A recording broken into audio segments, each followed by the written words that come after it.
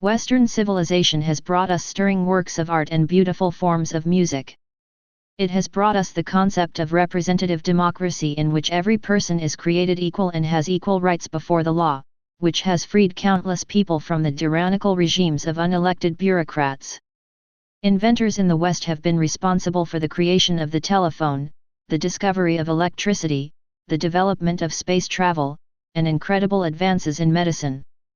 Our modern technological culture would not exist without Western society, and the world would be a much darker and more impoverished place if Western thinkers had never transformed their dreams into reality. Yet some contend that Western society has also brought us the enslavement of blacks, the exploitation of indigenous cultures, and a global hegemony that diminishes the overall well-being of mankind. These detractors have set out to dismantle the fruits of Western civilization, decrying the legacy of European culture as a patriarchy that systematically oppresses women, minorities, and fringe groups while upholding the values of white male privilege. Determined to upend the existing tenets of society and install a new world order in their place, these progressive activists have demanded that Western nations open their borders, curtail the rights of their citizens to free speech, give minorities special treatment, and allow children to be influenced by alternative sexual lifestyles. All the while, increasingly invasive technological innovation is creeping up on everyone, gradually sucking us all into a perpetual virtual dream from which there will be no escape. For centuries untold, family units have served as the dominant formative force of the character of the next generation. In a healthy society, each family unit is informed and directed by general cultural trends. But in an unhealthy society, family units can break away and subsist on their own devices. Sensing a threat to their power in the sovereign autonomy of the family unit, statist influences have enforced the mandatory education of children in government-run facilities. In these institutions, children are indoctrinated to transfer their perception of authority from their parents to the state.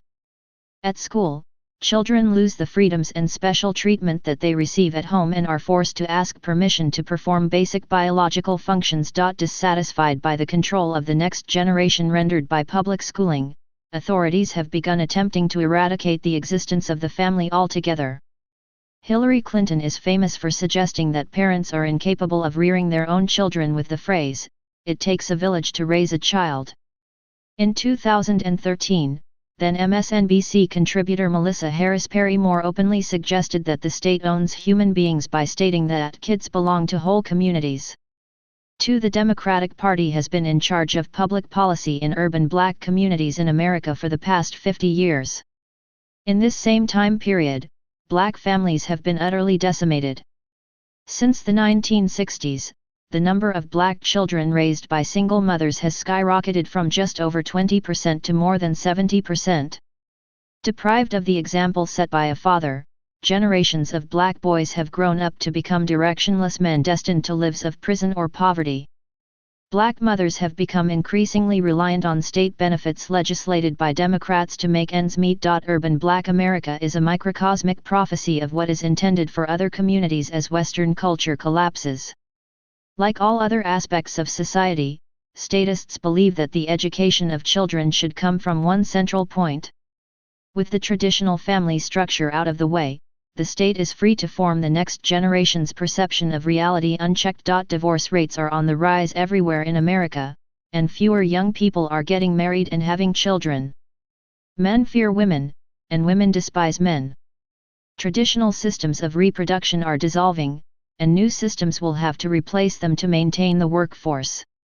Robust civic engagement is a fundamental tenet of Western society.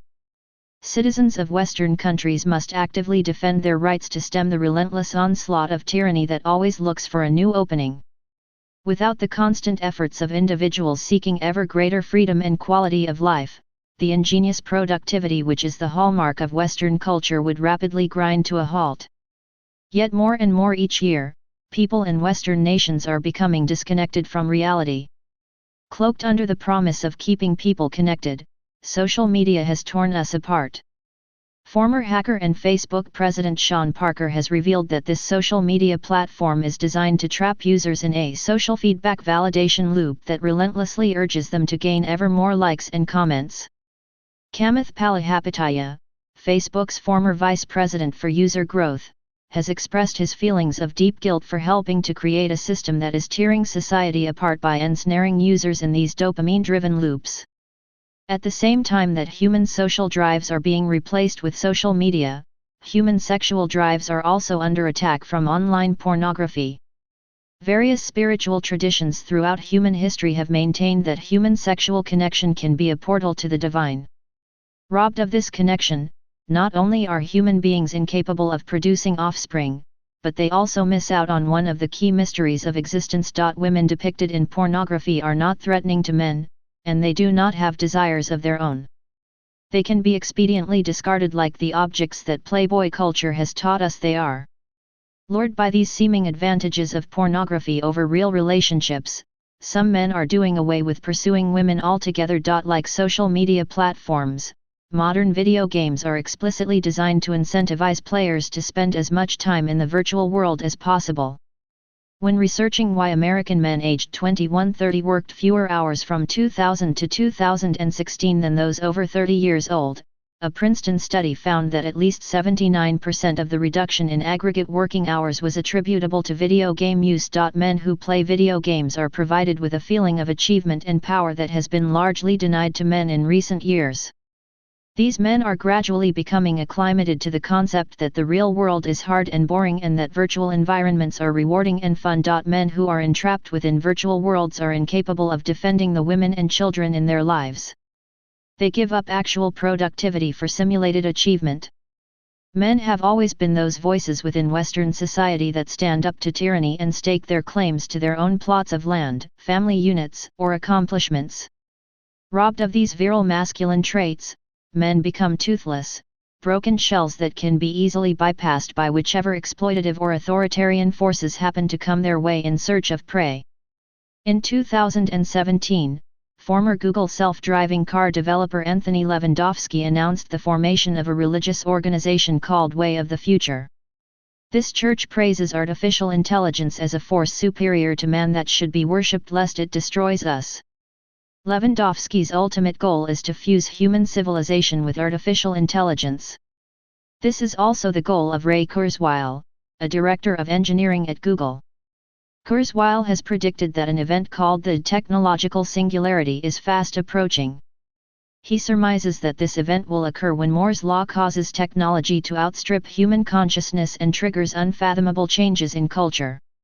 It goes without saying that Western civilization would not survive this apocalyptic event. Lewandowski and Kurzweil are called transhumanists. People who subscribe to this ideology believe that human beings are inherently flawed and that we will be redeemed by our technological creations. They view reality as a prison and seek to escape into a virtual world that will gradually consume what the rest of us call reality. Transhumanists seek to fuse with machines to cheat death, enhance intelligence, and achieve human godhood. Transhumanists operate under the assumption that the mysteries of reality have been thoroughly plumbed. Subscribing to a materialist philosophy that began with Newton and which was expanded upon by Darwin, transhumanists reject the primacy of consciousness and the evolution of the soul detailed by traditional religions. Instead, they believe that spiritual perfection can only be achieved through the use of machines. In March 2011, Muammar Gaddafi warned the world that Europe would be swarmed with migrants if his regime were to fall. This was no idle threat. Libya had long served as the gateway to Europe, much in the same way as Mexico serves as the gateway to the United States. As a way of shoring up his country's ability to fulfill this role in perpetuity, Gaddafi began taking steps to abandon the petrodollar and return Libya to a gold-backed currency. In October 2011, Gaddafi was killed. Hillary Clinton expressed her fond remembrance of this incident with her infamously candid phrase, "We came, we saw, he died." But Gaddafi didn't simply die. He was brutally raped to death by a gang of crazed young men. Some of these men opted to sodomize Gaddafi with bayonets. This brutal rape served as foreshadowing for what was about to happen to Europe. In the last few years, millions of immigrants from Africa and the Middle East have swarmed into European countries. Most of them are men, and the vast majority of them do not have any marketable skills. They have set up vast tent cities in Paris, and many areas in Sweden are now unsafe for non-immigrant Swedes. Immigrants from the Middle East have set up enormous networks of grooming gangs in the UK. These gangs recruit girls as young as 11 to enter lives of sexual slavery. Immigration is also corroding Western culture in America. The United States is a nation of immigrants, and immigration adds a net benefit to America's wealth. But when America's borders are not recognized or enforced, immigration can transform from a point of strength into a crippling weakness. Many communities in the United States serve as safe havens for people who enter the country illegally. They are provided with food, shelter, and education at the expense of the American taxpayer. Whether or not these people should be supported is a moot point. The reality is that this unfairness is putting a strain on intercultural relations in the United States and has reached a tipping point. If immigration continues in this manner, Western society will be extinguished by sheer numbers. Many in the West are starting to wake up to the fact that they are slowly being boiled alive by immigration policies which seek to replace them and their way of life. Resistance to this planned cultural obsolescence is inevitable. When illegal immigrants commit crimes in the U.S., they are held to a different standard than U.S. citizens. In 2015, a young woman named Kate Steinle was shot and killed in San Francisco by a man who was in the United States illegally. Jose Inés Garcia Zarate admitted to shooting Steinle. However, he was acquitted of murder and released from custody. Zarate and his lawyer spun a fanciful and constantly shifting story. Originally, Zarate claimed that he had purposefully shot the gun at a sea lion and missed. Then he claimed that he had unexpectedly found the gun abandoned under the park bench where he was sitting and that it had fired accidentally as he picked it up. A federal warrant was issued for Zarate almost as soon as he was acquitted, and Zarate has filed a federal suit in response. Zarate's story is not atypical. In 2018, an illegal alien named Ivan Zamaripa Castaneda was released from jail despite being wanted by U.S. Immigration and Customs Enforcement. He had fled the scene of a car crash that he had caused, leaving the occupant of the other vehicle to die. Zamaripa Castaneda was in the country illegally and had caused the death of an American citizen, but the Denver Sheriff Department decided to release Zamaripa Castaneda because ICE had not filed the proper paperwork. When people who have entered a country illegally are not held to the same legal standards as citizens, resentment is sure to ensue.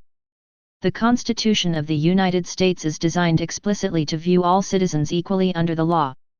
But when criminals flout U.S. laws and sneak into the country without following the proper protocols, the principles of the Constitution can no longer operate, which leads to a breakdown of American society. Equality under the law is even more important as it applies to the elite among a nation's citizenry. Much like people who are in a country illegally, elites who have accrued massive amounts of wealth and power often feel themselves to be above the law. Being acutely familiar with the effects of this type of tyranny in Europe, the Founding Fathers of the United States made sure to stipulate that elites are subject to the same laws as average citizens. Though Hillary Clinton illegally stored classified material on a private server, she was absolved of all crimes by James Comey in 2016. That same year, however, a Navy serviceman named Christian Saucier was found guilty of taking pictures of classified areas of the nuclear submarine on which he was stationed. At that time, Barack Obama was U.S. President. The next president, Donald Trump, pardoned Saucier in March 2018. When a nation's elites aren't held to the same legal standards as its average citizenry, doubt begins to brew about the impartiality of that country's legal system. By pulling at this thread of inequality, the entire tapestry of Western civilization can start to unravel. The city of San Francisco is a haven for America's technocratic elite. Executives at Google and Facebook frequently rub shoulders with senators and congressmen at swanky restaurants in Fog City neighborhoods like Pacific Heights. But San Francisco is rapidly becoming a haven for a caste that represents the economic polar opposite of the tech elite, the homeless. Why do the homeless flock to San Francisco? It isn't the weather. Houston has better weather than San Francisco, but you don't see endless flocks of impoverished people erecting tent cities on Houston's sidewalks. The answer is that the same elites who live in multimillion-dollar mansions nestled in San Francisco's iconic hills have enacted policies that draw the homeless to the poorer areas of the city like magnets. San Francisco serves as a picture-perfect symbolic representation of everything that is wrong with contemporary class structure in the West. Instead of using their limitless wealth to create jobs that would give the homeless purpose and sustenance, the elite in San Francisco finance planned giving schemes that only reinforce the belief that striving for anything is meaningless. Instead of working tirelessly to end the opioid epidemic at the source, San Francisco's elite enact policies that provide heroin and fentanyl addicts with safe spaces where they can shoot up without persecution. The goal of the elite in the West is not to help the masses. It is to create a permanent underclass that is malnourished, misinformed, and addicted. Once the middle class has been eliminated, the elite will be free to dispose of this unaware underclass at will. Members of the immigrant populations that are set to replace these purposefully impoverished citizens of the West should be under no illusions. The elite seeks to replace them, too, as soon as robots are capable of performing the menial tasks that are currently performed by underclasses all over the world. Western elites can only be described as members of a breakaway civilization. They view themselves as inherently separate from the society that they inhabit like a parasite, and they feel no empathy or indebtedness to the civilization that gave them birth. In the end, it is the elite members of the Western civilization that are doing the most to actuate the downfall of the West. In the mid-1800s, the British Empire got China addicted to opium. Chinese goods like porcelain and tea were incredibly popular in Europe, and the Brits had nothing that they could trade for these hot commodities. So, this colonial power cooked up a scheme in which they would sell Indian opium at Chinese port towns, making a killing in the process and facilitating the addition of thousands of Chinese people to a potentially fatal intoxicant. Perhaps China is getting back to the West for this costly humiliation by flooding our shores with fentanyl. This designer drug was used predominantly by West Coast business elites until a few years ago when it suddenly became ubiquitous across the United States. Fentanyl is estimated to be 100 times more powerful than morphine, and the chances of overdosing on fentanyl are dangerously high. Chinese fentanyl producers use the dark web to sell this toxic drug directly to American consumers. But even if China wasn't getting back to the West for losing face by getting Americans hooked on drug hundreds of times more potent than opium, America would still have an opioid problem. By the year 2000, opium production in Afghanistan had nearly ground to a halt. But after US and NATO forces invaded Afghanistan in 2001 under the pretext of 9/11, production started reaching record highs. In what's surely an unrelated coincidence, the American opioid epidemic has spiraled out of control since 2001. The effects of increased opioid use on the American people have been devastating. More children are being put into foster care because their parents are addicts, and more workers are being removed from the workforce. Most victims of the opioid epidemic are older white people who have been prescribed these drugs legally. At the same time that American society is being ripped apart by opioid addiction, the drug culture is being legitimized by the legalization of marijuana. While marijuana certainly has medical uses, so does opium. That doesn't mean that either substance should be used recreationally with impunity. Yet more and more states in the Union are opting to defy federal law by setting up recreational marijuana programs that generate enormous sums of tax revenue while fueling America's gradual decline into a drug-induced stupor. As traditional methods of generating dopamine in the brain, such as workplace achievement and familial relations, are replaced by drugs, conventional meaning structures are being replaced with the absolute necessity of the high. Sensual thrills are replacing reason, and compulsion is replacing the power of will. Since meaning, reason, and will are the hallmarks of Western culture, the West will cease to exist at the moment that these organizing principles are fully replaced with the degenerating and corrupting influences that encroach on the horizon. The quest for meaning has always dominated the Western psyche. In the Dark Ages, the concept of more certain, hora insert, death is certain, its hour is uncertain, encapsulated the obsession with death that sprang out of Christian theology. Europe's bleak social landscape caused average people, clergy, and aristocrats alike to look to the metaphysical for answers.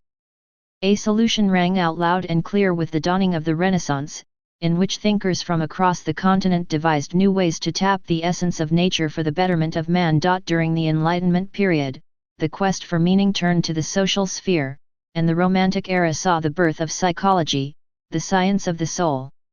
With each successive era, Western philosophy took on new nuances and the task of unearthing a cohesive framework explaining man's relation to the universe ever taken the fore of this adventure of discovery. Toward the end of the Romantic era, however, Western ideas of meaning took a somewhat darker turn. Hashish-inebriated poets like Baudelaire took a guillotine to previous ideas of beauty, and vagabond philosophers like Nietzsche propounded the virtues of nihilism. A macabre tone suffused the leading ideas of the day, and it was informally agreed that the past should be left behind to rot. A new philosophy of modernism emerged from this decay. Modernist thinkers related all things to their perceived function, and the importance of the self overshadowed all observation of tradition. From the ashes of modernism sprang a new ideology called postmodernism, in which nothing concretely relates to anything and the conscious self is the ultimate origin of all reality. The philosophy of postmodernity preaches that there is no sacredness to socially agreed upon meanings and that objective fact is a delusion. Morally, this implies that all taboos are ridiculous and that any act is permissible. In postmodernity, each individual is atomized in a dream of subjective reality with no reference point to the outside world. This effectively breaks the civic character in the individual, rendering him into a spineless cipher with no investment in his own betterment. In communist China, the nihilistic miasma of postmodernity is taking hold. Young people in China are checking out from reality to such an extent that the younger generation of Chinese men and women is now referred to as Generation Zen. These tech-addicted teens and 20-somethings has no political inclination, communist or otherwise, and are blown to and fro with no active stake in their fates whatsoever. While Generation Zen is seemingly a problem for China as this nation relies on vitalizing propaganda to keep its modern-day slave state in operation, these young people are a perfect representation of what the decay of Western values looks like. Steeped in generations of atheistic communism, the younger generation in China has nothing to live for and no overarching meaning to give them spiritual sustenance. Looming financial inequality and disenfranchisement from free expression have left China's youth with no voice and no shared national spirit. As Western values continue to collapse, the ideological contagion of Generation Zen will spread and leave the people of the world disconnected and disempowered. The centuries-old thought experiment known as Western philosophy has finally met its match with a void of meaninglessness, and it is uncertain whether the liberty-preserving values of the West will survive this decisive confrontation. It is said that history is written by the victors. Our perception of the past, and therefore our perception of the present, is molded by those forces which have eliminated opposing viewpoints by diplomatic or violent means. The easiest way to control a person or a group is to manipulate their perspective on reality from the very beginning with a view of history that benefits those in charge. In recent years, there has been a growing call to erase historical landmarks that are inconvenient to modern sensibilities. In New Orleans, a famous statue of President Andrew Jackson is under siege. According to critics of the statue, the fact that Jackson was a slaveholder is offensive to modern-day minorities. However, it should be pointed out that President Jackson also excoriated those involved in public corruption during his administration. He abolished the Federal Reserve, which earned him the ire of the banking elite of the time. Despite his flaws, history remembers President Jackson as one of the greatest American presidents. Educators have become increasingly vocal about downplaying the achievements of European and American men while glorifying the parts that Native Americans, homosexuals, and transgender persons have played in history. These educators claim that our Eurocentric worldview is damaging to children and harmful to society as a whole. The battle to control U.S. history has persisted at least since the end of the Civil War.